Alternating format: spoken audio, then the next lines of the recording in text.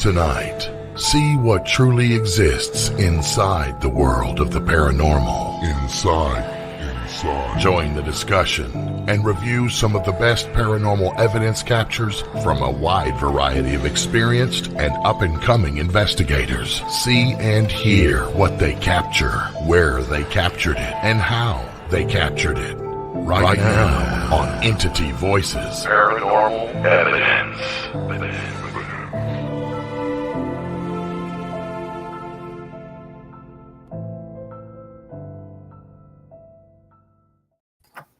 Hello, everybody, and welcome to Entity Voices Paranormal Evidence. You know who the hell we are by now.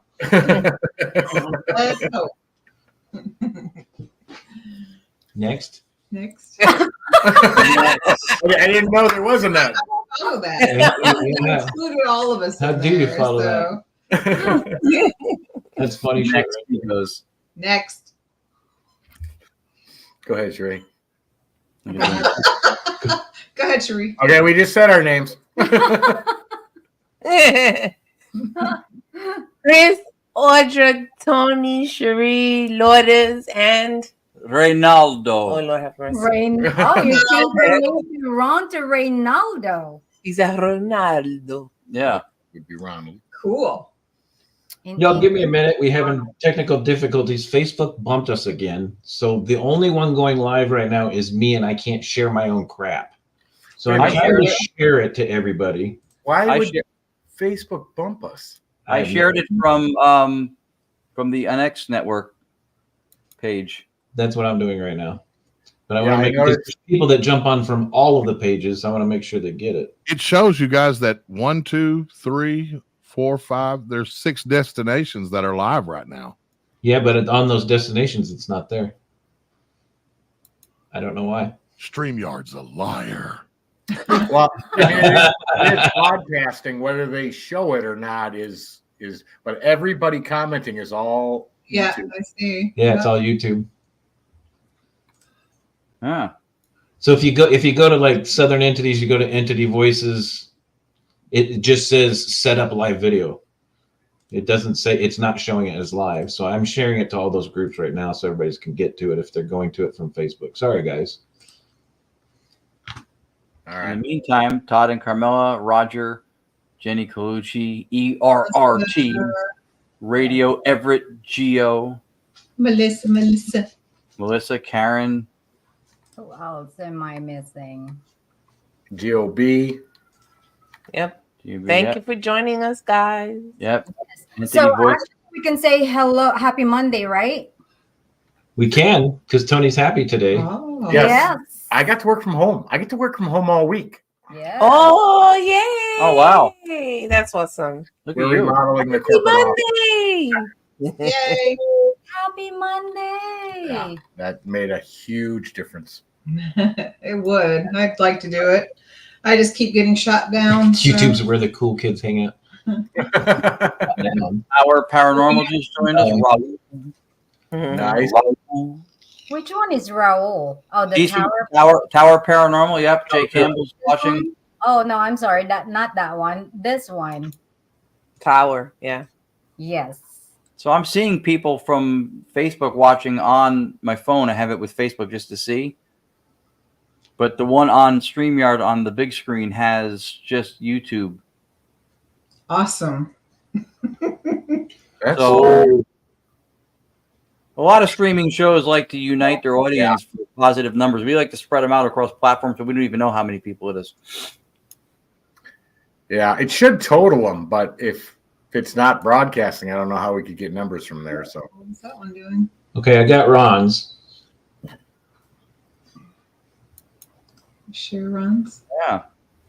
hello, Scott. Hello, Scott. Hello, Scott. There he is. Oh, look at guys. We have 18 people watching us. Sorry, So- guys. The one that I shared was from August 21st. I don't know how the hell that happened. Thank you, Facebook, for constantly effing up our shit. There, I just shared. All right, I shared too. We'll get it all out there. See, now will be shared everywhere. Everybody's watching EVPE. That's right. That's right. And they should be, damn it. Darn it all. So we have got I forgot which ones I saved it to. We've got a special show for you guys tonight. We have one small piece of evidence that Tony showed us from a new project that he's working on that we will show.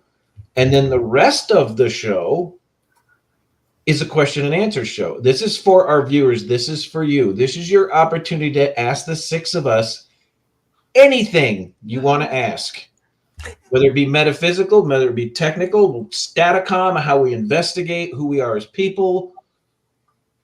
Okay, there are some things we won't answer. Just not our vital statistic. They can't ask that, right?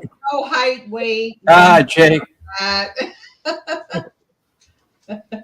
Yep, here we are, Jay. Yeah, so hey Jay. So we're gonna let Tony tell us about what he's gonna present, and then we'll get to those questions. So we will try and answer as many in the comments as we possibly can. Cool. Yes, we will. All All right, Melissa. She's so you're losers. Okay, so last Saturday, we headed up to Globe, and we were running some tests. And one of the tests included seeing if we could live stream from a mobile hotspot, and if it had enough power to include guests and multiple cameras, and it worked. Nice. The one thing that didn't work, and I'm sure it has something to do, but I could hear everybody else when they were talking, but we lost the sound from the mics from the cameras. And I think that was because at first I had the mic on the computer mic for StreamYard and realized that I can't do that. I have to turn it to the camera sound input. And in order for them to hear me speak, then I got to plug in an external mic into the switcher. So anyway, we'll work on that. But as we're fighting these sound problems, we had voices answering us, replying to us through the live. So I took just maybe a minute clip, and that's what I'd like to show. It's very active. It was crazy. Hey, Yeah. I'm excited. Here we go. Yes. Oh, You can't hear it on the laptop? yeah, I can hear you. She can hear me, so it's got to be coming through there. Oh, wait, somebody changed it. Oh, no, it's good. Should we go in? Test. Hello. Test. Pick up. Yeah, it's clear. Hello. I'm in. Hello. Test. Hello. Oh my God, what was that? Hello. Ghost. That was EVPE. No. From where? By car? Hello. Listen. Hello?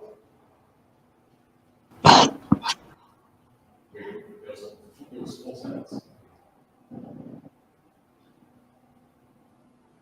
Spirits, you can get.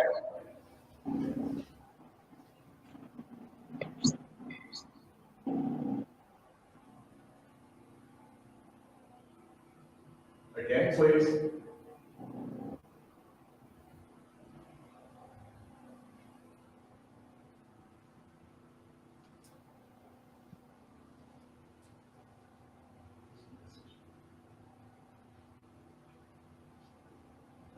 Is anybody walking around the jail back here? Or are you guys They're picking up voices. This is like walking way back here. That's nobody here.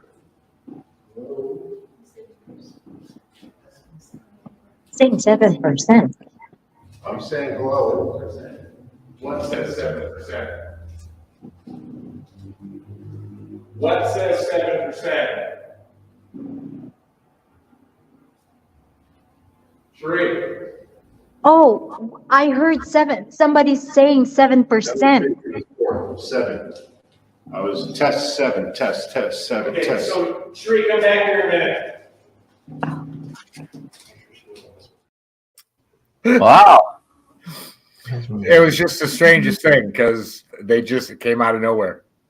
I think that's telling because of the fact that Staticom is a closed circuit system with no point of entry for something audible to come through with a microphone or any input. It's running closed circuit from your white noise source all the way through to your speaker. But that supports the fact that they can still somehow infuse into the process to be heard, even when for you it wasn't working. Well, and Staticom wasn't even involved in that. I mean, that was literally just StreamYard and cameras. So to have them, but we've had that happen before. I mean, been doing a live where voices showed up, but those were so loud and so prevalent. And I'm not sure what half those sentences were. Like, I don't know what was that? Bull quack. Yeah. Bull quack. I have an answer for you. You do. Back in the late 1800s to early 1900s, they didn't use the word shit in public because it wasn't proper. You weren't supposed to say it. You'd hear it in the bars and stuff, you know, a bunch of cowboys drinking, but you wouldn't hear it in public. Bull squat actually means bullshit. Really? Maybe that's what it is, because it's whispery, hard to hear. Yep. Wow, great information, Chris. Yep. Thank you. Oh, maybe it's all. Yeah, that's really cool. Yeah. Yeah, and when they were talking, so I was on my phone. So we have like 3 cameras. Yeah. 2 stationary camera, and my cell phone. I'm on the other room. Side of the jail. Yeah. Right. And when they were talking, I can hear a disembodied voice answering to what I'm asking. It was crazy. Your question. It's insane. Plus, you heard Roger saying testing, Right. and all of a sudden he comes through and goes testing. I'm like, yeah, it was funny the way it came out. Yeah. Yeah, it's insane. Yeah, it was cool. It was a neat experience. Yeah, that's pretty cool. Yeah. Yet another example of how this is outside of what's material physics capability to explain, because that shouldn't be coming through, whether it's the live with or without the white noise. Right. Exactly.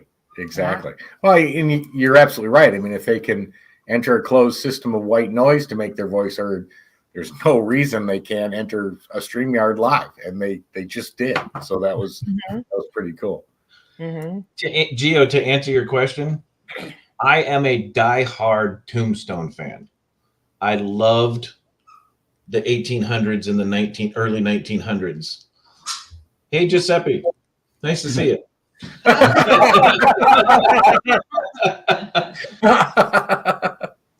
So, and my father was hardcore into the old Westerns, so I grew up around stuff like that, and we've been to Tombstone hundreds of times, and you just get used to how they used to talk, and I absorb stuff like a sponge. Even though it doesn't come out like running water, sometimes it comes out different, but I absorb stuff like a sponge, and I remember stuff like that for some reason. I don't know why. No, I'm glad you did. That was great information. Yeah. I mean, 1910, so that phrase could have still been used. Jail was built in easily. 1910. Yeah. Very cool. Not to mention that that door was probably, I would say, 11 and a half feet. And see, when I say it, it doesn't sound. It's not convincing. There has to be a door in frame. If I stood on my own shoulders, I wouldn't be 11 feet. So I think the point is, I wouldn't know that. Oh, I know, Giuseppe. I was only kidding too, but I got an interesting fact for you guys, since this is just a bullshit opportunity for us. Does anybody know where the F word came from? Yep. Because I told you before. I've looked it up. Fornication under the king? No, back in the olden days, when somebody fornicated and wasn't married properly in the eyes of God, they would get put in the stockade in the town square. And when you got put into the stockade, they always put what you were in there for above your head. FUCK stands for fornicating under carnal knowledge. But it wouldn't fit on the stockade. Stockade. So it was F period, U period, C period, K period. Is where that's where the F word comes from. It's fornicating under carnal knowledge is where it started. I always thought it came from Queens. I'll be I honest. thought it came from Queens. Fornicating under the king? That wouldn't have been the queen. Who's to say these days? Who's to say? Yeah. That was cool. Very Man. interesting. Yes. That was cool. Tony always comes back with something. He does. Yeah. You know, it's not always something he intended, but it's always something you go, holy shit, how did he do that? I don't know how that happened, but we all heard. I mean, I heard it instantly. And I'm screaming. I'm like, did you hear that? What is that? Did you hear that? Yeah, the live has done it. Remember, we had that instance when we were driving back from Pennsylvania like a year or so ago. With the white noise. Yeah, and Tony was talking about something, and Anthony Simonelli was watching it from his place in Queens. And since we were on the phone with him in the car, the audio was coming from his phone through our car. Our audio was off, but she was watching the video part of your show on the phone. And then Tony said something about white noise, and some voice went, white noise. And we're like, what was that? And nobody heard it on the show, and it wasn't on the replay. Nope. And one time my daughter was doing Snapchat, and she was doing a video, cute little video, and she sends it to me, cute little bit. And at the end, just before she shuts it off, you hear a male voice saying, I love you. And she was the only one in the apartment. The only one. Wow. Yeah. Yep. One of the better EVPs you want to hear when you're alone. Yeah. It was freaking because I thought I had knocked this. Again, he puts again. Roger again. All right, guys. Anytime you guys want to start asking us questions, we'll start answering. Well, Gio just asked one. He said, were there more that we didn't hear and see? Yeah, there are. I literally took the first minute clip when it first started, but there are other ones. I haven't gone through the hour and 20-minute live that was put together. Yeah. But yeah, there are more responses that happened that evening. Yes. Yeah. Wow. Well, we can share it for this weekend because we saw that you guys were somewhere, which was cool. Because a lot of times when you're somewhere, we're not, and then vice versa. We're like off weekends. We went to Gettysburg to do the Spirit Squad event with Sam Baltrusis and April Boussette. Alex Mitsuo was also part of it. It was fantastic. We did the Staticom in the basement of the Farnsworth, which is across the street from where the Gettysburg Address was given. Afternoon session as part of the event, and then we went back as part of the investigation at 5 hours later at night and ran Staticom. Because of flexibility in our schedules at the moment, we stayed an extra night. We literally just got back from Gettysburg, Waynesboro, from the Haunted Hoover House with Pam and Steve Barry. We literally got home like an hour or so ago. Oh, wow. From a 4-hour drive. But we stayed the extra night so we could spend time at the Hoover House with Pam and Steve. And I will tell you, and I wish I could explain it, the late session of Staticom at Farnsworth and then last night at the Hoover House was some of the voices that came, there was no noise floor, and the voices that came through were so strong. Like the emphasis and the energy behind the voices, and it hasn't been like that in a while. And it's the same profile settings we've been using, which have been good. But I don't know what caused the extra strength in the last two sessions. But it was freaking crazy last night, and it was the answers were coming relevant and strong, fast. Yeah. It was unbelievable. So I'm curious to see that this could be one of those variables outside of our side of the veil, maybe, or whatever's going on. Oh no doubt about it. I mean, right? It's the people you have there, their energy, how in tune they are to what the process is, the land you're on, the location. I mean, there's a ton of variables that, like you said, we don't have control of. But we notice that too, that sometimes they're not as strong, and probably something to keep track of where we're at. Is it haunted? What kind of landscape is it? What's the history of the land? But yeah, we notice too that certain times they just come through with such strength that you're like, oh my God, are they screaming 2 feet from me? Because that's what it sounds like. Yeah, it was really, everything was the vocals were very emboldened. I mean, a lot of relevant and instant replies on a lot of stuff, but the clarity and the sound quality, like the depth of tone to the voices was really, right? It was very strong. It was very strong, and that was not the first session. The second one at Farnsworth, and then the third one we did last night at the 1912 Hoover House in Waynesboro. So curious, I guess, like I said, why that was, other than I guess Tony's explanation may be the only one we have, because it does make a lot of sense since ours was identical. Yeah. In what we had run, but one of these days we'll do Cash Town in Tower. Raul. We'll do it one of these days. Mm-hmm. Yeah, Gettysburg is fantastic.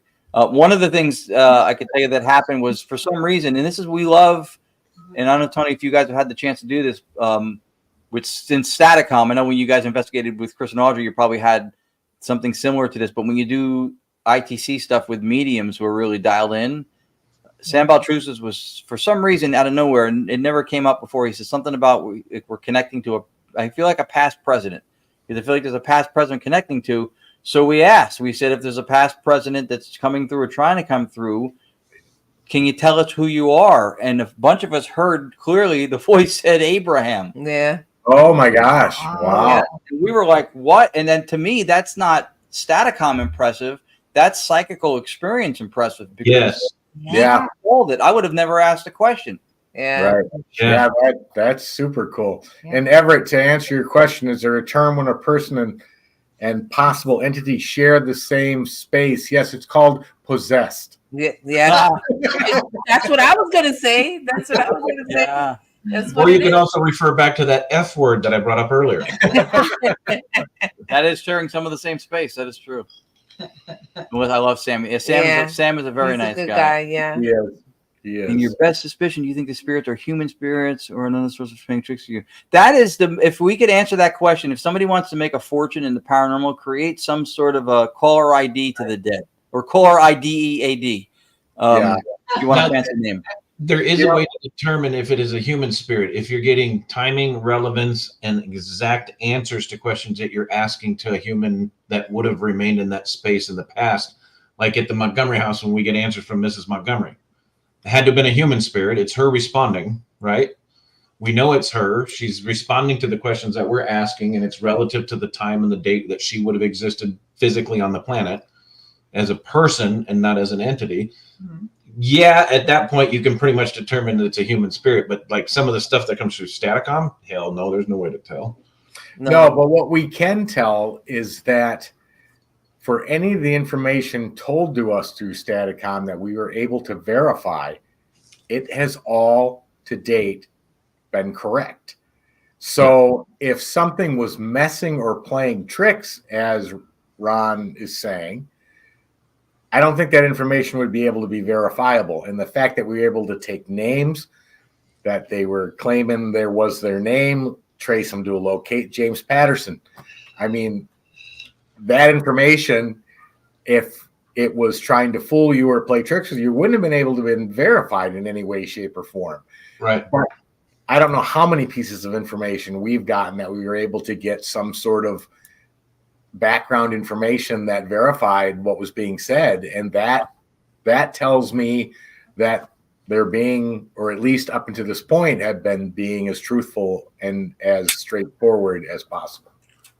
Yeah, I agree with that. I mean, I always try to, I'm not the placate the cynics type, saying, oh, we really don't ever know. I mean, in some instances, proprietary information or specifics can give you a really good idea that is who you think you're talking to, and it is.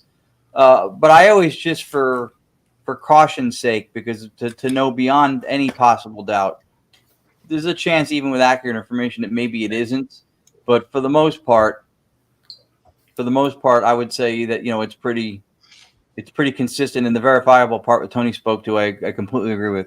Staticom together, it's Todd and Carmel have been through Staticom settings, so he knows what to ask. Simultaneous by remote, spirit comes to answer question once by you and asked by the others. I don't know, Tony, you can speak to this also. I don't know if we've had this exact situation, but I know that the one night you were doing that Staticom event and we were home running concurrently, we asked some questions like how many attendees you had, and we got the exact amount. Yep. That was interesting.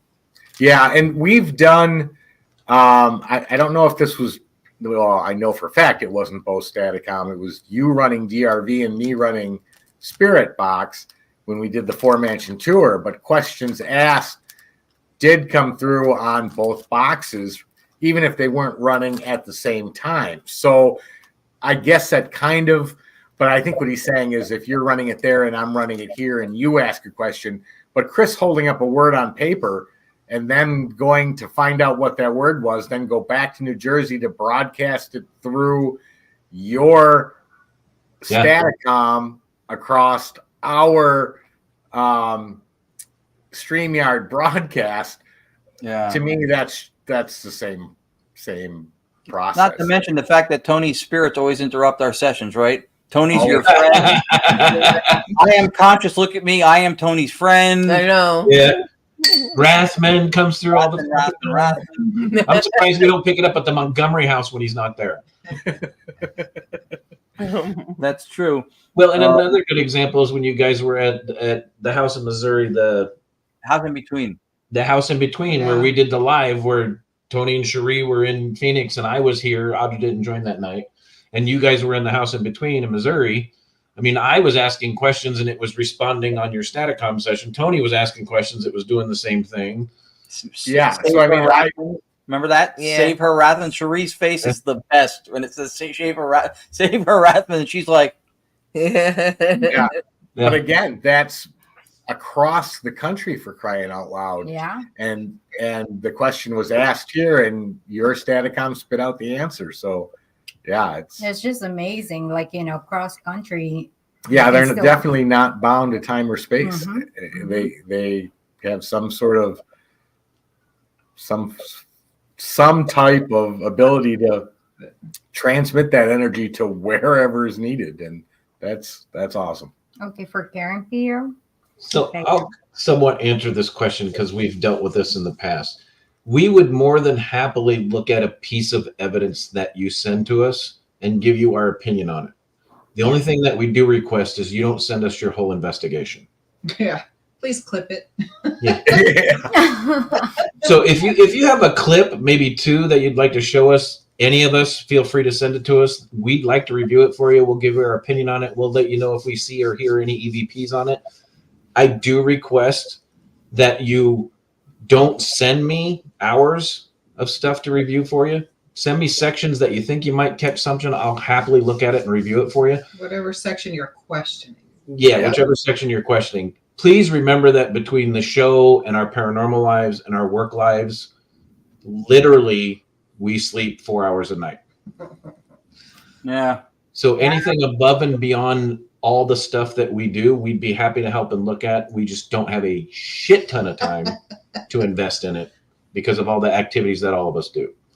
That's the only thing on this. Yeah. All right. Raul, Well, I know that we, while running Staticom, have had sensors go off. Like even Saturday night, we were hearing the voices coming through the live. We weren't running Staticom, but you can see Vincent say, hey, someone's walking around in the jail. He was hearing footsteps. We were all in our location, so there was nobody except him in there. So, that's probably more testing we need to do. But I can say, I can't speak for shadow people or poltergeist activity yet, but sensors, absolutely. Yeah, that's what I was gonna say. It's light things for us too. Sensors going off, and the lights in the porch that doesn't work goes off. Like we've had stuff like that in that investigation that we did in that residence. Remember when we were there doing Staticom? It wasn't Staticom. It was direct radio voice. Right. But the light just went on or off. Remember? Oh yeah, that was a residential with Rich Michelle. So we've had also with Staticom a lot of lights, things with lights, sensors, and stuff like that going on. Yep. Now, if you want to look at the metaphysical side of it, Raul, too, there has been times where Ron and Lourdes have worked with mediums like Scotty and April and stuff like that, where they have the medium or the psychic or the sensitive has picked stuff up and Staticom has confirmed. And we did the same thing at the Montgomery house. I was picking up two gentlemen standing by Tony and it confirmed it. It was, we had those instances, but never other equipment unless we're getting like REM pods going off and stuff like that. But it's hard to relate a REM pod going off to the answer that you're getting on Staticom or on an EVP because you don't know how they're related. That one's a hard one to connect. Yeah, yeah. And more testing would need to be done, but I'm sure. Okay, what is the definition of possession when talking about an entity and person? Well, definition of possession means that the individual themselves loses control. So the possession's been forwarded elsewhere. That person is being controlled, dictated, manipulated by another entity. Right. And the definition of possession is hard because some people assume that the spirit that's controlling the person that's possessed is inside that person. And the only person that knows that is God or other negative energies themselves. We can never determine that. But I can tell you just from my experiences, what little negative experience that I've had, it's just a control thing. I don't believe that two energies can contain the same space at the same time. And that would make sense too. Yeah, no, that was. And what was the last one about? I think it was Todd. Yeah, the no time space response across the country is pretty amazing. That's one of the things I find fascinating. And when a lot of times when we speak, we talk about the continuity of thought aspect of what we do, because there are certain things that are old adages that get passed down to the paranormal from generation to generation, known as axioms, or just accepted as fabrics of truth within the field. One of which is that there is no time, space in the spirit realm as we would know it. But then by the same token, a lot of folks are going, well, what's the frequency that the ghosts are on? Can you tune it into the frequency that they're on? We can attempt to locate or isolate frequencies or ranges that we think will get them or receive them on or hear them on. But to know what frequency they're on would be to know something about the source of whatever the vocal or the sound or the energy is. And we don't. Right. Especially adding to the fact that if frequency in our realm as we know it, which is what we're trying to calculate when somebody says what's the ghost frequency, is a measure of time. It's oscillations per second. So if you have a unit of measure based on a unit of time, and then you're saying at the same time that they don't have time space as we know it, how are you supposed to come with a like measurement to assess what frequency they're on? Right. You can't even measure that for something that doesn't exist to them. So it would have to be more of where we're able to find or filter out or locate and receive vocals, not so much what frequency they're on. We don't know that that's attainable because we have no idea of the source from how it comes in. Have you run 2 or more DRV sessions together in close proximity? See if you get similar voices or responsive. Curious, there's proximity correlations to the response. That I don't think we've done. We've never done 2 static comms, have we? No. Concurrently in the same environment? No. I would be both intrigued and concerned by the possibility, and I know Jay's he's a brilliant guy, and I know what he's looking for or getting at with this. So that would be the intriguing part. See if conversation or dialogue happened with continuity between one speaker and the other. Right. If they spoke to each other outside of us. There's a lot of possibilities. It's worth trying. Yeah. For sure. The concern would be that it would be tantamount to being in one of those booths that they have at some of the like in theme parks or casinos or whatever, when you're in a booth and there's cash flying everywhere, you're just trying to grab stuff and the fans moving it around. That's exactly what it is. Beyond belief. Yeah. They would have to give you Adderall just to get out of that thing. Right. Well, and to determine the answers coming through from which box they're coming through at the same time with all that noise going on, you'd actually have to do a review, and the review would be difficult on top of that because you don't know which box saying it and if they're saying the same things, and that would be a hard one to do. It's hard. But it would be interesting, though. I will give them that. I mean, that would be what if the same voices came through both machines? I mean, that would be fascinating. It would be fascinating. Mm-hmm. To talk about self-induced schizophrenia. Exactly. It would be hard because reviewing, like Chris says, you're not going to be able to tell. Agreed. The review would be practically impossible. Yeah. But to experience it live, standing in front of both, being able to somewhat distinguish which box is spitting it out, and if both of them are spitting it out in stereo, that would be Or we could put recorder in each one, like, for the DRV or the ITC, so we can Staticom? Staticom. Sorry, Staticom. So, one area, or like, You could run it through a recorder so that you're only recording what's coming out of one machine, and then be able to tell what. So it's possible, and it's a great question, and something we should definitely look into. Yeah, you say you think you could record one on the left channel, one on the right channel simultaneously, then review. I don't know if it would be easier to do that, or to just have something or somebody logging the data as you go along with where things are coming out. Yeah. It'd be tricky to do, but I mean, you would have to know that information, or that would defeat the whole purpose of doing it to begin with. If you can't tell if it's happening. Correct. Great question, though. Yeah. That's a good question. Can you set up a static generator through video? Could you guys do that with the filters through a video? Well, when you say video, are you talking like static video, like TV static, or are you talking? Okay. Two different signals. So white noise is an audio signal, and the static that's shown in like on a TV is a video or lack of video signal. Yep. So can it be done? The answer is yes. Mixing them would actually be a fascinating thing to do, so that you've got the static white noise for the audio, and then pictures coming from the we did that. Yeah. We did that during the years before people knew we were doing direct radio voice. Amongst a lot of the different things like heterodyning frequencies, one of the things we did was we ran static white noise from a long wave barren channel in AM. We ran static white noise audibly through a TV, an analog TV. Right over there. Yep. And then sometimes we would also fuse that with a third channel, which was the tone generator, like maybe let's say 200 hertz. And I usually would put it at 110. 110. Yeah. So we did do that. We have one of those TVs just like you have.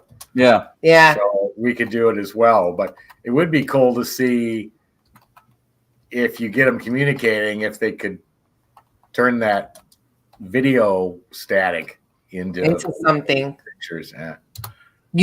Oh my God, we had so many pictures, right? I got rid of them recently. Of the video feedback loop? Of the video feedback loop, because we would take pictures to see, and then you go through them, frame by frame. And that's a little different than the you can do some video ITC stuff will have the snow, the static white noise, and you take pictures of it. Yeah, but the video feedback loop she's referring to is the Schreiber method, and we had done that when you have the camera shooting a little bit off angle at the monitor, and the output for the camera video feed is going back into that monitor, so you have a feedback loop.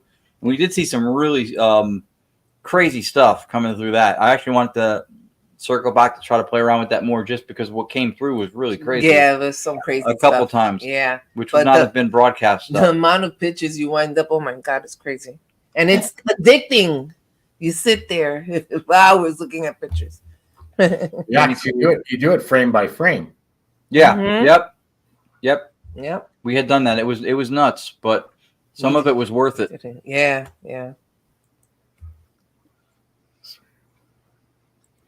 So Jenny Colucci, Parasite, Team Parasite. If you've got specific info that helped an issue like that or located something, I can only speak for Sheree and I, but I guess I've never asked to locate something. It would be a test question to see. Maybe I'll have Sheree hide something, and then I'll ask Staticom where it is and see what happens. Sure. Yeah, because we never tried either. Yeah. No, I mean we've had a couple instances when we were getting things that were suggestive of a location and we weren't sure why. Didn't you get the bird cage though? Response? Yes, we had. Yes. That is true. I was going to say yes. Thank you, Tony. That is definitely location. You didn't know where it was, right? You didn't know the bird was sitting in the bird cage, did you? We knew where it was. Nobody knew what it was except the person who wrote it. And then we Oh. did get the word read off to us, and we've done that Yeah. in Virginia. We did it at the Ritz Theater in New Jersey. That we have done, but not the But did- location of it. They didn't. They didn't They say did. the bird cage. I know They actually did say birdcage Yeah. though. Okay, well that's location then. Yeah, that is location, and they did say it. He's They right. said Yeah. birdcage. Yeah, that did happen. Mhm. A lot of people want this one answered. Yes, Working the East Coast. Yeah, did I miss the news of that not happening? You did miss that news. We wish we would have missed that news. I know. Yeah, no, I'm afraid that It's a long story. it's a long story, but we ran into some job complications, Blame it on Tony. and it's just the timing fell apart on us, and uncertainty came into play, and the costs for the move, and we were looking at like 13 to 15 grand, and then not necessarily having employment, that kind of shook everything up. So yeah, And we you are correct. all packed up. Yeah, we were probably 70% packed. Yeah, yeah. This close, man. I know. We almost had him. You almost had them. It didn't take much convincing. I mean, it was beautiful. Yeah, my boss already transferred our payroll to North Carolina, and then suddenly, boom! I Tony. called her. I'm like, we got a problem. And she's like, what? Yeah. She goes, my transfer went through. I'm like, you might Yeah. want to stop that. Something about this Phoenix stuff and stuff almost happening. Remember, we almost went out to do the hospital in Ajo with you guys. And then Yeah. within 2 weeks of us booking the tickets, if that, you go, yeah, we don't have the location anymore. We're Right. like, what? Okay, Yeah. fine. That's Come why- here. We'll do mansions night after night after night. After night. Yeah, probably the best is don't plan it. Giuseppe. So just do it. Yeah. Giuseppe thinks we're loaded, apparently. You're rich. Oh, Right? you funny. Yeah, right? Yes, we are loaded with love. Because of all the gold skulls behind me, right? Yeah. That's right. Exactly. You moved, okay. Chico. Funny, funny. Okay.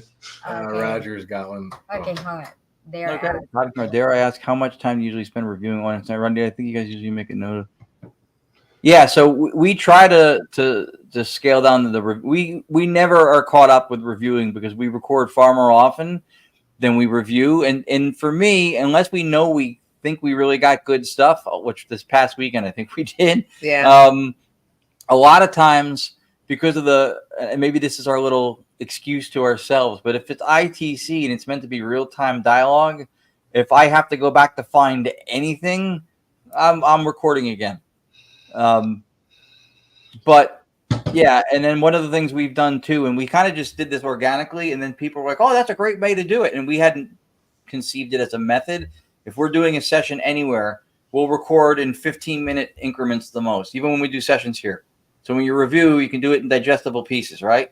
Mm-hmm. But if we're 3 minutes and 22 seconds into a recording and something answers super clear or a full sentence comes out and we're like, holy crap, we know what it said, I'll stop the recording and start a new file. Because when I go back to review and I see a 3 minute and 22 second clip in between 15, 16, 15, I know I stopped it for a reason and that there's something at the tail end of that. Yeah. Yeah. So we try to do stuff like that just to make the process a little bit less, Any tips on shortening a review? Yes, let her do it. I don't know about. Yeah, I do all the review. I don't know. Yeah, sorry, Yes. John. He does 99.9. Yeah. I don't know about video. A lot of audio recorders will allow you to put tags into it. Yeah. So if you know something just happened, you can tag that audio. So when you pull it up, it'll show you marks within the audio of where you tagged so that you can cut everything else out. And okay, I want to listen to this. Video, I'm not aware of the tagging feature. Well, it might be there, but I'm not aware of it. And yeah, I can't find it either. So video is a little tougher because you can't mark it. You can't pre-mark it like you can on audio. So you kind of have to remember. But the good thing about video is not only are you hearing the sounds, you're seeing what's occurring, and you kind of remember when it occurred and what you were doing when it did. So, but the bottom line is reviews sucks. It takes forever. It's the bottom line.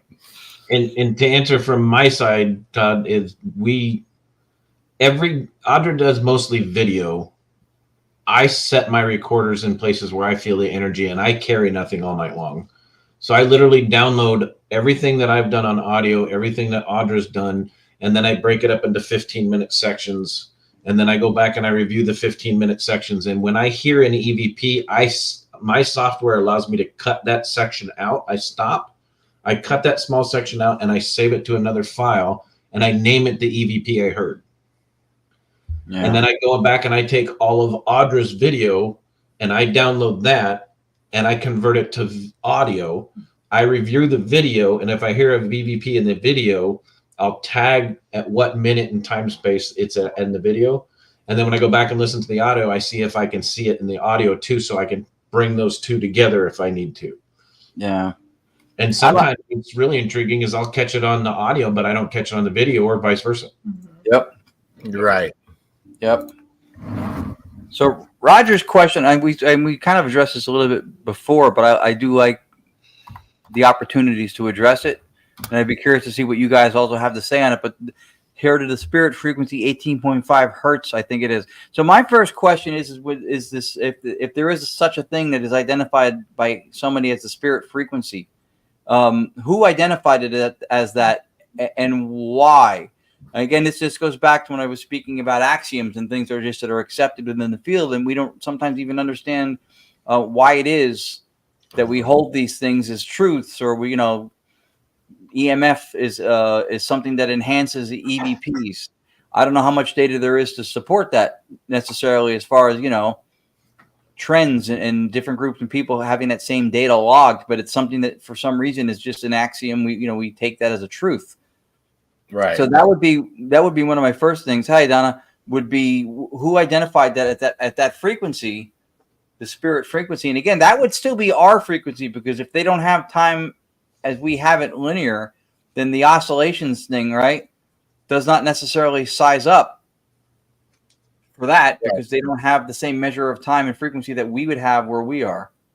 I'm not sure about the 18.5, because I thought I remember that frequency being within human hearing, but maybe there's a difference between what Roger's referring to as the spirit frequency and what they call the God frequency, which is 963 hertz. You mean they say the God helmet? No, it's got nothing to do with the God helmet. It's just called the God frequency, which is supposed to be where spirits and entities can communicate. But what we've found with Staticom is they are not speaking at single frequencies. They are all over the boards. Right. And even this is, I find this almost amusing too, because Raul's saying that there's a scientist who discovered it due to a faulty fan. So this is what I love, is because a lot of times the lay people like us who are out there doing the work and trying to do the best we can in practice and education with what we do, you don't have the PhD. You're not Dr. Tony Rathman, so therefore not as credible as you should be. Meanwhile, some guy who spent $1 million on a doctorate somewhere at a school is making breakthrough discoveries because his fan doesn't work. Right, but think about that. It's a fan. When a fan's running, what does it create? White noise. White noise, exactly. Yeah, you nailed it. Yep. Well, and we've also discovered by the different guests that we've had on the show, plus what we've done with investigating too, that the communication doesn't always come through the same every time. Mm-hmm. So he might have gotten communication. You get that God frequency, and you might have got the fan theory at those hertz. Might have been just the chosen form of communication at that given time. Can they repeat it? And how often can they repeat it? And is it the hertz that are the fans putting off from the sound, or is it the white noise like you guys are talking about? Nobody knows at this point. Yeah, we've got so many different forms of communication, so many different ways. There's no way to pinpoint one that's the best. I think that like Staticom works, and an example like that, I don't think that frequency is the ghost frequency. I think that might be in a certain instance, and if it's been done over and over again and it showed a consistency to it, then you would have something, I guess, stronger to stand on. But I think it's tantamount to audio support. on this side to make the voices audible, and maybe somebody had success at that frequency. The fear frequency and spirit frequency 18.5 to 19 is the level of hearing right below. Most human hearing dies at 20 hertz. Right. Meaning anything lower than that, I think, is what he was saying, is where the human ear no longer picks up. Right. So that is correct. Right, Yeah. but at the same time, we don't know if they're manipulating those hertz in order for us to hear it. So just because it's coming through it, what we can hear is audible with our own ears doesn't mean that they're not manipulating it so we can hear the communication that they're sending through. I don't know what the situation was with the fan, whether it actually still ran or not. But to Ron's explanation, too, about how we think Staticom works is that the white noise is your base level. And when they speak at the same frequencies, it doubles that level and facilitates their voice above and beyond the static white noise sound, making it audible to us. Right. Perfect, Tony. Yeah, stochastic resonance. And Tony's explanation about a lot of that stuff in the docuseries on Paraflux is for anybody who wants to, like, it was really, really, really well said and in depth the way he explained it and broke it down with the white noise and the spectral frequency of one, and then we explained the stochastic resonance. That's what I think too. That's another thing, and we were just talking about it this weekend. Is a lot of us from the upbringing and the familiarity through education of material science and observing things, is a lot of times we mistake the observation of something with the cause of something, right? There are primary and secondary excitations or perspectives when something happens, when something registers in your consciousness. If you took the flame under a kettle and turned it up, you'd have an extreme stronger flow of the gas, which would cause the bubbling in the water to boil harder. Now, those are two separate instances that are correlated the same way people would try to correlate brain activity through neuroscience and phenomenal experience, like when we have some kind of a personal experience. But they're not, those are still two primary and secondary excitations. One is first and the other one is second. So there's correlation to them, but one does not. It's a cause and effect. It's a cause and effect relationship. So the cause of turning up the burner, the effect is that the water boils faster, harder. Yeah. Right, but it also makes it. The water and the gas are still two separate things, two separate excitations that are happening concurrently with correlations. Right, and that's why that was my point. Yep. Well, Raul also makes a statement here where they've done experiments in a room where they're playing it, where people also felt watched or scared. At what level are they playing it? Because that's almost like a Faraday cage effect. Is the EMF levels causing the people to feel watched or scared? Or infrasound. Right, infrasound. I wonder if that's. I mean, are they really getting communication, or are they getting effects in the human mind from the amount of hertz they're pushing through? So that's interesting. Go ahead, Tony. Well, I was just going to say, anytime you drop below 20 hertz, you get into infrasound. And I mean, lions, whales all have the ability to produce noise, which put out vibrations that your body can react to, even though you don't hear a thing.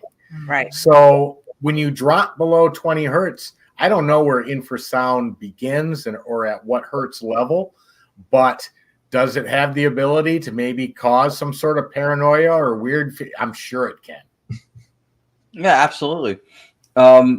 Gansfeld, when it takes away your visual stimulus and it has you focus on something where you can't pull any kind of visual information, so your input turns inwards towards consciousness. The same kind of thing, like the God helmet. What those things do is called brain entrainment, and it's trying to create a more open sense and connectivity of consciousness by obfuscating or getting rid of sensory input that would otherwise eclipse it or override it, because you would be reflecting on sights and sounds and tastes and all those kinds of things. So when you put something like that on, and the God helmet does have that Gansfeld kind of making you, for your visual input, look inwards towards consciousness, because it's giving you something that's you can take in, but you get no information. There's no input from it, because it's just that blind thread. So it causes you to look internally into consciousness, and I think that's more of an opening to consciousness thing. So there could be effects like that between the white noise and then like infrasound, which may cause a deeper connection with consciousness. Tony has a God helmet. I do. It's awesome. I haven't used it in like a year. He just used it once. No, I used him way more than once, but I'm going to let Audra answer this one. it's a lot of fun. Yes. Christ and Audra. Yes, Christ, Audra. Christ is allowing her to speak. Yes, and also with you. And also with you. Yes, Roger. I'd say 90% of the time we're probably on the same page. But today was kind of a prime example. We were looking at a location, and Chris always wants to know if I feel anything, and then he'll kind of tell me what he's feeling as well. And I was kind of picking up a little boy, and he picked up an older couple and a girl. So yeah, we were completely opposite today. So it definitely happens, but more often than not, that was somewhat of a remote read. Yeah, it was definitely remote. It was. I would say 90% of the time when we're on location, we pick up the same stuff. Yeah, if we're but a physical location. Mm-hmm. Karen wants to know, do you ever worry that those answering don't have the best intentions? You know, it's no different than walking up to some stranger on the street and either asking for directions or having them ask you a question. You always have to be aware of what's going on, what's being said. I can tell you that I think the people doing the communication have a huge amount of pull on who comes to answer. I mean, I'm not going to say this person's name, but we know a gentleman who's been involved in ITC for years. And every time he does it, he gets dark, negative community every time. Yet when we do it, we don't get that. Yeah. So I think your own personal level of I don't know what the word I'm looking for. I don't want to say happiness, but your outlook, your energy attracts or the same. And so I've never been in fear of any answers I've gotten. The strangest experience I had was one that I could not understand what they were saying, and it took like weeks to figure out what he was saying. And then we finally got it, but there was no fear there. I didn't mistrust what he was saying. So I guess it varies by who's doing it. Mm-hmm. I would say I think about it, but I don't worry about it. Right. You know what I mean? Right. I agree. So, because there are some, just like us here, where there's good, there's bad. There's good and bad everywhere. So some spirits or entities that, we can't see, they're going to lie. Mm-hmm. Yep. Vibrations, colors, actual forms. I don't see colors. The others, yes. Yeah. Just more of a vibration, if you want to call it that, because it's just more of a feeling. It's more of an energy vibration. Yes, I do actually see forms, and sometimes can describe them to people. We did an investigation. Well, I did. Audra was in Austin for work. I did an investigation with PPIT where we did a private home, and there was a negative energy in the house, and I actually physically described what I was seeing, and one of the empaths that Scott had on his team was actually picking up the same thing, and it was such a realistic moment for her. It scared the hell out of her. She had to leave the house. Wow. Yeah. Wow. So yes, I get vibrations. I see actual forms. Sometimes I see it in my head. I don't see the actual form, but I can describe it. But no, I've never gotten colors. Oh. All right. Would Ron rather still do stand up or paranormal? Or combine both. Have you not been watching Roger? Ron does it. He combines both every show. Yeah. I was just gonna say that. Yeah. I look forward to meeting him. Roger's cool. Yes. I would not rather be doing it anymore, but I feel like, obviously when I did that endeavor, felt like that was where I was going. But I wouldn't trade the experience for anything, because I have found that there is not an industry or an activity I could step into that does not help me as a skill. When we speak, sometimes we do these small library events that are great. Sometimes we do bigger ones with larger crowds. Or I actually have plans about trying to do some talks or some things that could be really exciting that I've been sharing with Lourdes that I kind of wanted to try to plan to do. I think it helps. It always made it so that I could connect with the people. And I think when you can somewhat entertain or connect with the people, I think that's where you get more attentiveness. You get more retention. Right. They'll take away what you say more because they're more attuned to it. I know I always learned. Ron has some good jokes. You know what? It doesn't have. You can impart information and still make it enjoyable. It doesn't have to be boring, completely dry and boring. Even if it's filled with facts and information, all that stuff, it does not have to be. Right. And we've had situations sometimes when we've had to go on and speak after they've listened to a few people speak, and they're tired. And I go on there and I'm like, I'm going to make this happen, and I'm going to push the energy level or do something. I used to do that all the time with comedy. I'll continue to do that now. It's just a connection with people thing that I really enjoy. Yeah. Yeah. I mean, I'll crack jokes too, the spirits. Mm-hmm. So there's 9 of you? So 8, 7, what was that again? But I know all the time too. But I agree. It doesn't have to be made so serious that, people are just like, spirits can be funny as well. Exactly. Right. They can. They say jokes sometimes. Oh, yeah. Sarcastic or Right. They swear as well. Yeah. Oh yeah. What was that time when I forgot where we were, but Ron was by this fireplace and it had like a plank, a wooden plank, and every time he stepped on it, it would make noise. White Hill. Was it in White Hill? Okay. And so we were starting an EVP. So I tell him before we all start, just remember to get off the board. And then I hit record, and when we review, I hear it says, yeah, you hear me say, Ron, just remember to get off the board. And then you hear it say, yeah, get off the board, you fucking faggot.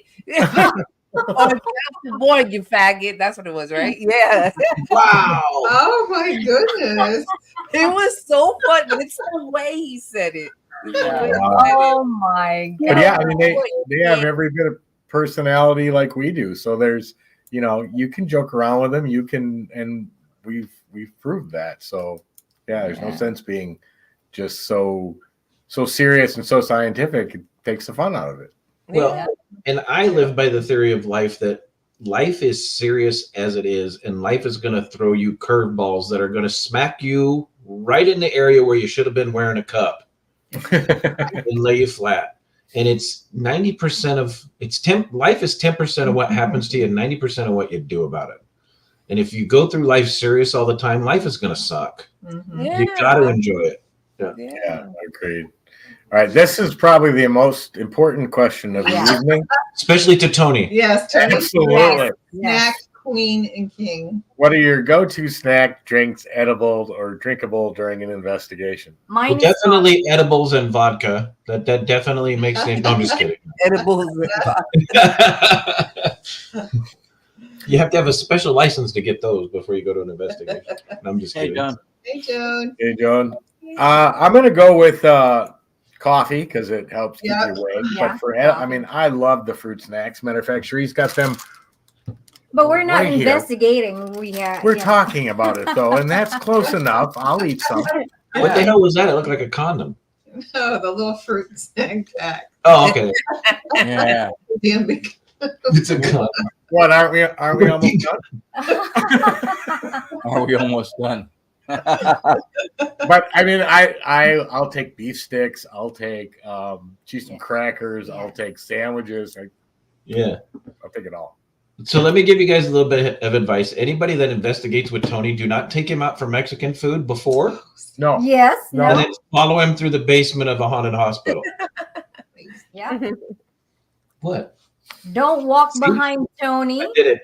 Every show, I got to get her to shake her head at me. It worked. Everett's right. Everett's right. Monster drinks or Red Bulls We usually get Reese's peanut Peanut butter. butter. Everett also always has energy drinks and Reese's peanut butter Always, cups. yes. Every Yeah. investigation we've seen him on. Yep. And we'd be remiss if we forgot, and we've all, I think, experienced this at one point or another. Anthony Simonelli in his traveling cart of cold cuts. Yeah. And cannoli. Cold cuts and cannolis. Yep. And don't forget it's flatbread. Right. Yep. Homemade flatbread. So when we did the Yeah. four mansion tour, we have a pack of Red Bull. Remember that? Yeah, we did. Yeah. Red Bull. Yep. Cases. Yeah. Cases of them. Yep. Cases. Remember, Anthony took out the cold cuts and the cheese and everything, the mayo, whatever he had. And we go, "Where's the bread?" He goes, "Oh, it's under the equipment." That's why I said flatbread, homemade flatbread. Homemade. 'Cause he literally rushed. It was still good though. It was still good. It went from being sandwich bread to my ancestors' Indian flatbread. You're right. And lately, we've been drinking the Starbucks triple shot Oh. drink. wow. Yeah, they're good. Quad shot. Quad shot. And we need triple shot. Yeah. Jenny Right? Cluj. I love Jenny. Yeah. she's a sweetheart. She is, for those watching, if you don't know who she is, or if you're just seeing her in here, she is truly one of the kindest human beings on the Yes. planet. I would rather get into an argument with Mother Teresa and not feel bad about it. Like, but Jenny's too nice. I couldn't do it. I am working on a fifth book now. I started doing like 20 so pages written. I started working on some concepts of ideas. Sometimes I go through the other books and I realize there's more I want to expand on a topic or something maybe new that I start focusing on. The axioms in the field thing is a big thing now. I kind of want to speak to things like how you can go on a website for a ghost box and they sell you Faraday pouches with it when the method is supposed to sweep broadcast and the box is a radio. And then they're selling you an accessory going, we can block radio on your radio. That's supposed to sweep through radio. So, I mean, there's stuff like that. Like we have to start knowing why we hold certain things as truth. So that the book 5 is going to be a lot more probably into stuff like that and philosophy, maybe the approach to spirit communication from a preparation standpoint to a moment of contact standpoint. This book will reveal how to do Statacom for us at home, right? Yes. Yeah. Step by step. Yes, it will. Yes, it will. It's called When Ron Met Raul. I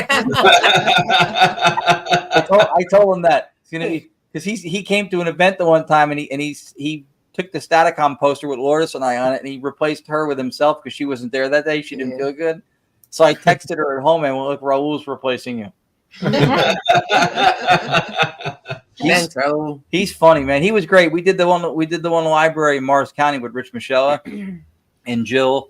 And then she couldn't make it that one time. And there were a bunch of people, some older people who wanted to record the session with their phones. And they had all like Android phones. And they didn't know where the voice memo was or how to get it. And Raul sat with like at least 4 or 5 different people maybe.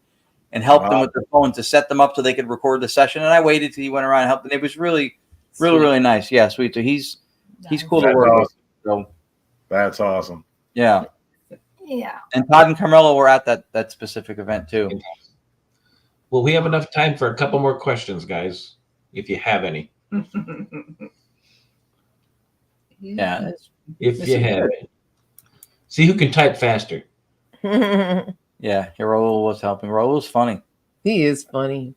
Oh, and his name finally came out. Did we tell him? Yeah, he's been asking for it. He's been wanting it to come through Statacom. He's like, it's never going to come through. It's never going to come through. And I tell him, I said, it's going to come through tonight. Do you know his name came through? Oh, that's His name came through finally. He was like, they're not going to say. He goes, I dare you say it. He did he tried to be a little tough guy. At the Ritz. Yeah. He goes, I dare you. They're not going to say it. I dare you. They're afraid to say it. Yeah. They're afraid to say it. And they said it. And they said it. Raul. I want to know why Audra's asking the females this question. Audra snores the loudest. Why am I asking it? Roger. He's asking you, Lourdes and Cherie, who snores the loudest. Well, I was going to say, my husband's going to tell you I do, so. She does, and I have recording. Fingers down, honey. Fingers down. I don't snore. I don't snore. Ron has a baby snore. Like it's so tiny snore. Do I snore? You said I sound like the Three Stooges. Yeah, but it's cute. Like all three of them. All three of them. He does the, but it's low. It's very low. It's like, is there three guys sleeping with me? I don't understand. Why is there three different snores? So to answer Roger's question on this side, I breathe heavy. I don't snore. I rarely snore. That's Alice in Wonderland there. I snore when I'm tired, extremely tired, but that's about it. I don't normally. I think Roger was asking between Ron, Tony, and I who snores louder. Right. Yeah. That's what he was asking. Yeah. Yeah. I've not slept with these other guys. I Me too. That's good. Well, we all have spent the night at your house, so Oh yeah. Roger. you could have heard us all. I didn't hear any of them snoring. Roger's like, sorry if I got anybody in the doghouse. Roger, have you not been watching? We get ourselves in the doghouse. You're not going to get help. Yeah. Good one. That was funny. No, she doesn't snore. Sometimes she'll react to stuff in her sleep and Do like I? say something like loud or like that, and then I do that. You have. Mhm. Yeah, not a lot. Thank goodness. Next on EVPE, who snores the loudest? Yeah. And we're going to have recordings of it. I actually have a couple on my phone. I'm going to delete. That's funny. And then you can tell us. You can identify. You can identify whose snore is Whose this. snore is this? Yeah. Whose snore is this? Knowing us, we'll listen to the snoring and go, "Hey, there's a freaking There's an EVP EVP in there." Yeah. Natural white noise. Yeah, natural white noise. Yeah. Yep. Oh, I The should. problem is it sweeps. It'll get loud and then it'll go down. And it'll get loud. Hey, you need that consistency, otherwise it throws it all off. That's funny. Tony snores like this. It's like choking. That's the way how he snores. Thank you. Yes, Thank you. and I record it every time. So, and then the next morning, I will have him listen to it. That's the reason why I can't sleep. That's what she claims. Yeah. I've never heard it. Yeah. Did you know that was you? Yeah, exactly, Roger. No, why poor Tony? Poor Cherie. Roger. It wasn't me. It wasn't me, honey. It wasn't me. That's funny. Everett said paranormal snoring next episode. That's true. You got to remember, Tony edited that video too. Actually, thank you, Genghis Khan. But the truth is, you can absolutely hear me snoring in other parts of it. Louder than any of the sounds coming from us. Yeah, I have heard the uncut video, and yes, he is completely. Yes. That's funny. Normal snore. Tony needs a CPAP. All right, what do you guys say? Chris Mendes from New Jersey, who works with Sean Austin a lot. He was what was that was it Haunting in Suburbia, that multi-episode thing? It's on Scare Network. I think he did. Shane Pittman was in it. Chris Mendes. Yeah. We stayed at a place in New York, PA one time, and I've never heard a human being. There's no way Tony snores like this guy. Yeah, it was like a T-Rex. I mean, you could hear it from Google Earth. It was. I've never heard anything like it. It was crazy. Like we were in the other side of the building, and you can hear him like he was right next to you. Yeah, it was so freaking loud. I had a gentleman like that I used to work with, and we both went back, 30 years ago when I was a truck driver, and we both landed in Vegas at the same time, and the company made us share a room. And I literally woke up in the middle of the night and jumped up ready to fight because I thought something was in the room, and it was him snoring. Yeah. Roger had explainable flatulence. No, that's explainable, Everett. Yeah.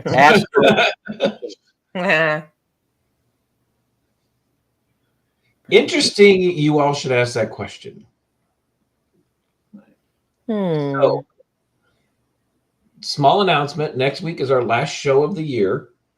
And then we're off for Christmas and we're off for New Year's. And then we'll be back the 8th of January. Next week is an EVPE. Ow. Next week is an EVPE 2023 best evidence clip. So all of us are going to bring in our best evidence clips from investigations that we've done in 2023. And that's our show for next week. So you'll get to see this year's most impressive evidence. And we might even throw some from last year. So yeah. Might. Try to throw some from this past weekend, from the Waynesboro Gettysburg weekend. I had Chris Mendes fall asleep during an investigation. It's lies. Yeah, see, Chad, that's good testimony right there. Yeah. Seriously, he could ruin an investigation with his snoring. yeah, no shit. There's growling. No, that's just Chris snoring. Yeah. It's a demon. No, it's just Chris. You need a tri-field. You need a Richter scale. All right, so what do you guys got coming up this week? Antonio's. Yeah, my son's playing in a holiday concert in the band at his school Friday night. Yeah. So, but we don't cool. have anything paranormal, do we? No, for the weekend. No, I think we have the weekend paranormally free, and then we're actually Chad Thomas was just mentioning about Chris Mendes. We're doing his podcast on the 19th, next Tuesday. We'll be doing that. So I think that's the next thing paranormal-wise that we have. Yeah. Coming up, and then 2024 will be New Year's Eve at the Shanley Hotel. So definitely anybody who's around the Northeast, Have fun. if you're open, we're doing a Statacom event at the Shanley Hotel for New Year's Eve, which would be a blast. So that's what we're doing. Cool. One way to ring in the new year. Mm-hmm. What do you guys? Go ahead, Doris. Sorry. When I said, what do you guys? Oh, God, I'm sorry. Oh, I was going to say the same thing. That's funny. Tony and Sheree, what do you guys got coming up? Well, let's see. I'm trying to think what week we're in. We're waiting to hear on some news, but that's all I can say. Yeah. I think we're doing Dimensions of Supernatural the 28th. Oh yeah, that's right. All of us are. History of a Haunting podcast the 30th. Yeah.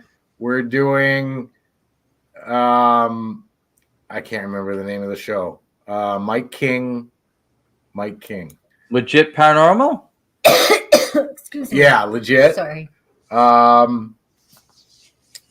think that might be the week after. And there's one or two other ones in there too. I can't I'm drawing a blank.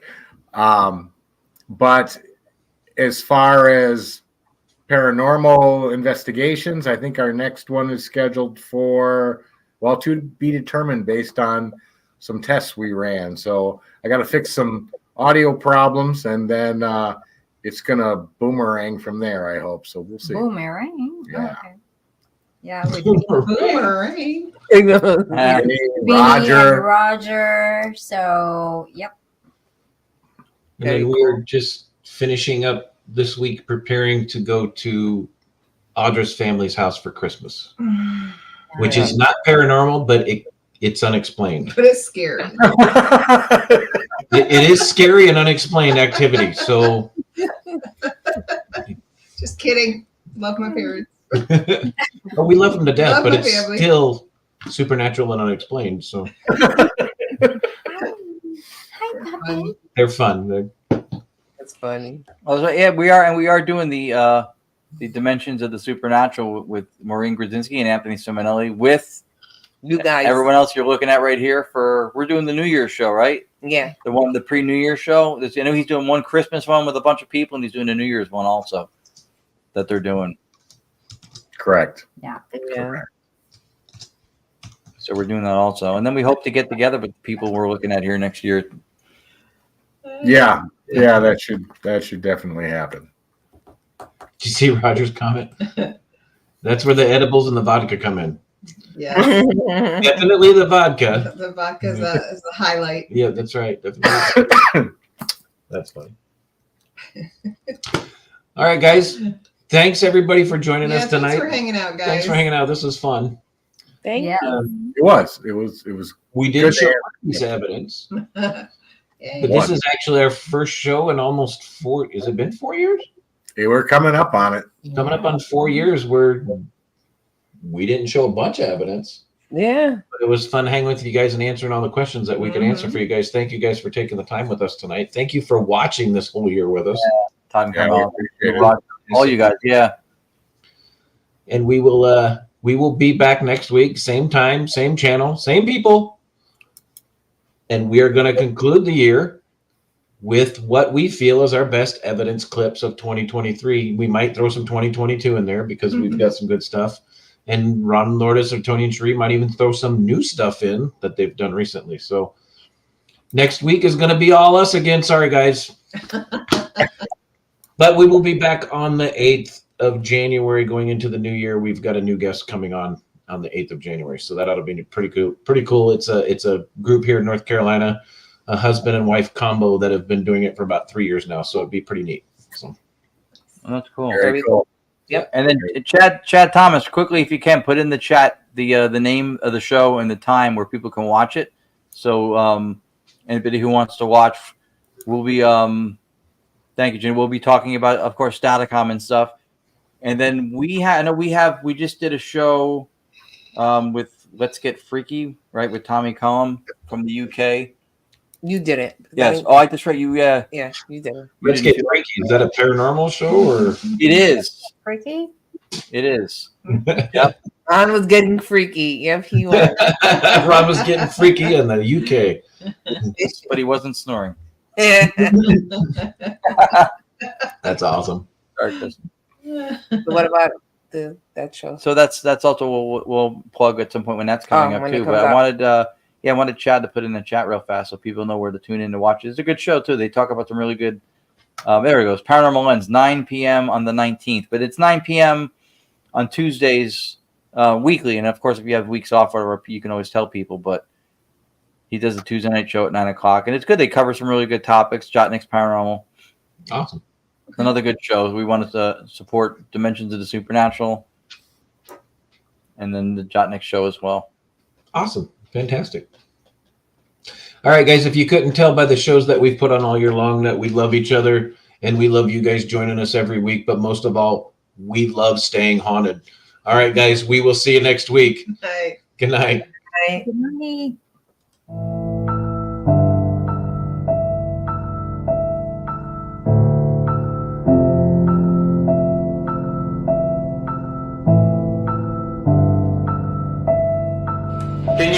Can you give me a name? What's your name?